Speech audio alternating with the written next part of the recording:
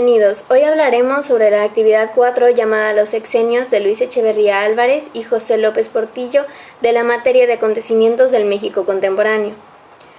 El equipo es conformado por Aitana Buenfil, Faina Cowó, Isabela González, Neri Torres y María Fernanda Tuz. Sin más que decir, empecemos.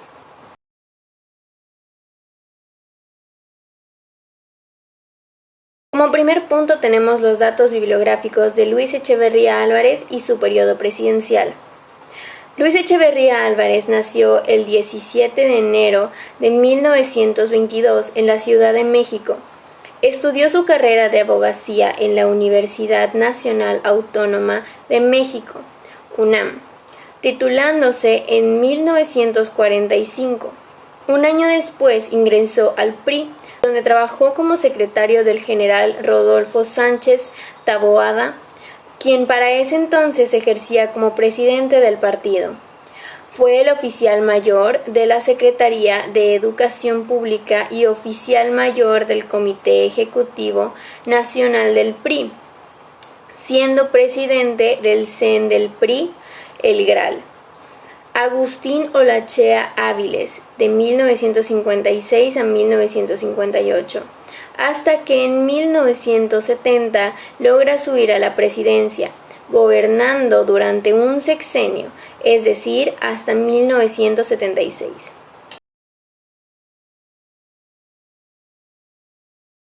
Como segundo punto tenemos su desarrollo compartido. Tuvo un nuevo modelo económico con el fin de mejorar la distribución del ingreso y ampliar la intervención estatal de la economía. Sus características fueron discursos llenos de promesas con que pretendía revitalizar la figura presidencial. También propuso el desarrollo compartido como un nuevo modelo económico. Permitió que los partidos minoritarios lograran presentación en el poder legislativo, incrementó el número de diputados a 400. Su motivo para esto fue lograr el crecimiento económico, ya que México hacía préstamos que la mayoría fue en parte de los recursos, pero el crecimiento de la deuda externa se elevó, por lo que Estados Unidos incrementó las tasas de interés, lo cual elevó el monto que México debía pagar por su deuda. Luis Echeverría inició una larga etapa de inestabilidad política y económica en México. Tercer punto, dos organismos creados durante su sexenio en el sector servicio. Creó la Secretaría de Programación y Presupuesto, que sustituyó a la Secretaría de la Presidencia, al igual que fundó el Sistema Nacional para el Desarrollo Integral de la Familia, que sustituyó al IMAN. Como cuarto punto tenemos dos acciones que llevó a cabo durante su gobierno en política económica.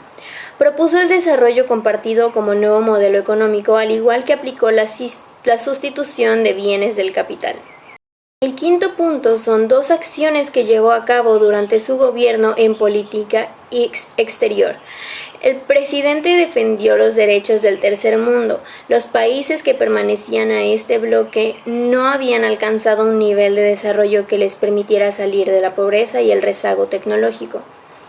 Se establecieron relaciones diplomáticas con la República Popular China y se dio un acercamiento con Cuba. Y como sexto punto, descripción de los movimientos sociales manifestados en su gobierno. El Halconazo fue una manifestación que se dio el 10 de junio de 1971 conformada por estudiantes en la Ciudad de México que cuestionaban la falta de democracia en los sindicatos y las universidades. Esta manifestación fue reprimida por oficiales y un grupo paramilitar conocido como halcones. También ocurrió la guerrilla, movimiento armado que estuvo presente desde la década de 1960 con Genaro Vázquez y Lucio Cabañas en Guerrero, que tomó fuerza a través de una guerrilla urbana que envolvía asaltos y secuestros. En 1976 este movimiento fue sometido. Caso Excelsior. El periódico Excelsior estaba caracterizado por sus noticias críticas que irritaban a los grupos políticos y sectores empresariales. Ante esto, en 1976, Echeverría arremetió con un golpe interno contra el director del periódico, Julio Scher, haciendo que la dirección del periódico cayera en manos del gobierno, acabando así con la credibilidad de Echeverría. Sindicalismo, movimiento formado a raíz de la desigualdad de beneficios económicos y la falta de democracia en el sistema político. Este sindicalismo denunciaba situaciones que se venían viendo desde hace décadas, tales como rezago salarial, deficientes condiciones laborales, corrupción, robo de fondos sindicales y entre otros factores.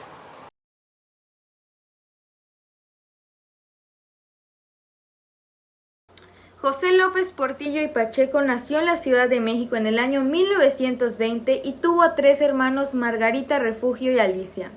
Su abuelo José López Portillo Rojas fue un novelista e historiador, mientras que su padre José López Portillo y Weber fue un geógrafo e historiador.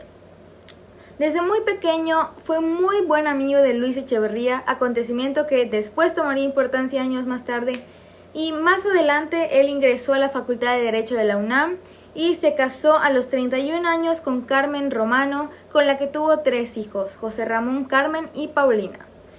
López Portillo se mantuvo muy lejos de la política con un cargo de abogado. Sin embargo, en 1973, gracias a su amigo Echeverría, llegó a la Secretaría de Hacienda de una manera muy repentina y de hecho sin preparación. 2 años después de que Luis Echeverría lo haya convertido en un candidato ideal para la presidencia, y en esas elecciones, como no se presentaba con ningún otro candidato, se obtuvo el cargo de presidente seguidamente.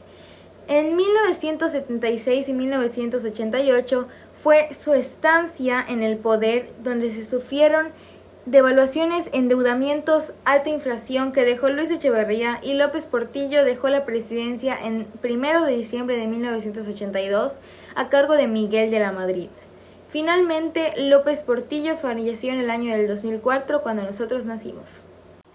Para enfatizar dentro del presidente y de su estadía en el poder, tomaremos en cuenta por primera vez 2 términos: la petrolización y la estatización de la banca. ¿Qué es la petrolización? La petrolización fue la venta del producto, específicamente el petróleo, que tomó la mayoría del crecimiento económico dependiendo de estas exportaciones.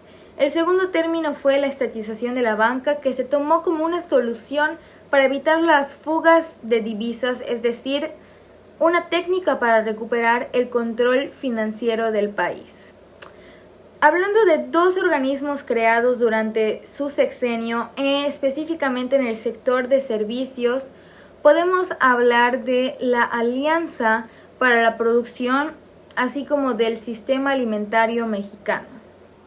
2 acciones que se llevaron a cabo durante su gobierno en política económica específicamente fue, como punto número 1, que enfatizó la banca como una solución de las fugas, como mencioné anteriormente, y también llevó a cabo la realización de diversos programas, los cuales buscaban reactivar esta economía que se estaba perdiendo y que teníamos un poquito de crisis.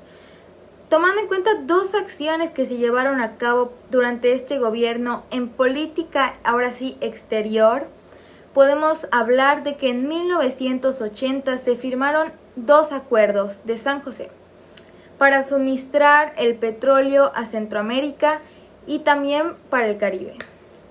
El siguiente punto es que México reanudó relaciones diplomáticas con España, pues tras la muerte del dictador Francisco Franco, y esto fue un punto importante ya que gracias a esto se tomaron más relaciones, ¿no?, con otros países.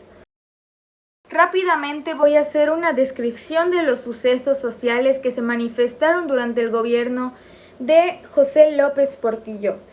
Lo primero que me gustaría tocar el día de hoy es al Negro Durazo, que quiero contarles un poco acerca de su vida personal. Bueno, pues Arturo Durazo, mejor conocido como el Negro Durazo, fue el jefe de policía de Ciudad de México durante el sexenio de López Portillo.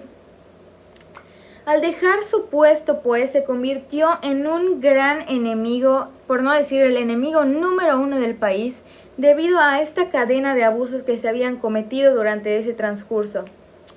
Esta fue la cara más visible de la prepotencia y el descaro del sistema político en aquella época. Y pues debido a todas estas inexplicables riquezas que se tomaron para realizar sus fiestas, pues mandó a construir en Guerrero una gran mansión parecida a la del Partenón, que es un monumento griego muy famoso. Como segundo punto muy importante, me gustaría hablar del nepotismo. Esto se trata de un trabajo favorable hacia familias o amigos a los que se les otorgan cargos públicos, pues por el hecho de ser familia y por el hecho de ser cercanos a la persona, o sea, corrupción, sin tener en cuenta otros méritos más que ese.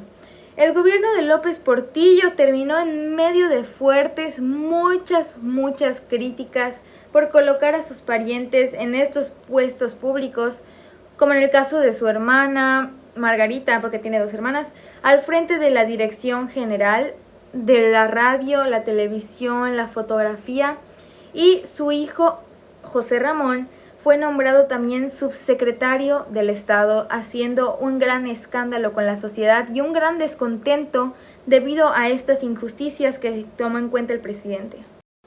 Gracias al detallamiento y a los 2 periodos transcurridos que tomamos en cuenta el día de hoy, podemos darnos cuenta que existe un amplio panorama de los beneficios y las consecuencias negativas que impactaron la historia de México en nuestro país. Tenemos que tomar en cuenta que el impacto que tuvieron estos periodos dependían de los factores externos, de las necesidades, las labores y la vista social que se tenía en esos momentos. Probablemente 12 años de transcurso presidencial puede ser muy poco tiempo para generar una postura y para poder dar una retroalimentación de toda la impactación que tuvo nuestro país, pero sin embargo estos 2 sexenios fueron tan específicamente trágicos que podemos empezar desde Luis Echeverría, que desde el comienzo tuvo grandes ideas con las cuales pudo haber mejorado México, y especialmente él tenía una gran capacidad y una gran habilidad para poder identificar aquellos problemas, aquellas faltas que el país tenía y que contaba con ello. Pero sin embargo, a pesar de que sus proyectos eran para mejorar y para detallar aquellas cositas que nos hacían falta, sus planes para combatir el problema de muchas especies fueron muy escasas, lo que impactó al país y lo que hizo que se generaran grandes conflictos económicos. Buscó que su gobierno tuviera como esa parte de unión y la libertad política, pero terminó siendo y encontrando una inconformidad social que nació desde los primeros años, y todo el mundo estaba en contra de su gobierno, que estaba liderado por estudiantes y campesinos, y esta gran parte de la población dieron origen a grandes manifestaciones que llegaron a tal límite de la violencia y de la guerra, encontrando este punto de explotación contra políticos y policías, provocando una guerra sucia en nuestro país. Sus proyectos, a pesar de que tenían una buena intención y fueron a una gran escala, gracias a esa falta de administración y esa falta de orden, planeación y muchos otros factores, no se pudieron completar en su totalidad, o simplemente no tuvieron ese cumplimiento con la economía de nuestro país, ya que se sufrieron escándalos, descalabros, y muchas veces se tuvieron que tomar decisiones desesperadas, decisiones que dieron lugar a un régimen muy comprometido en las circunstancias que de verdad nos generaban muchos problemas financieros y que nos causaban muchos principios incorrectos.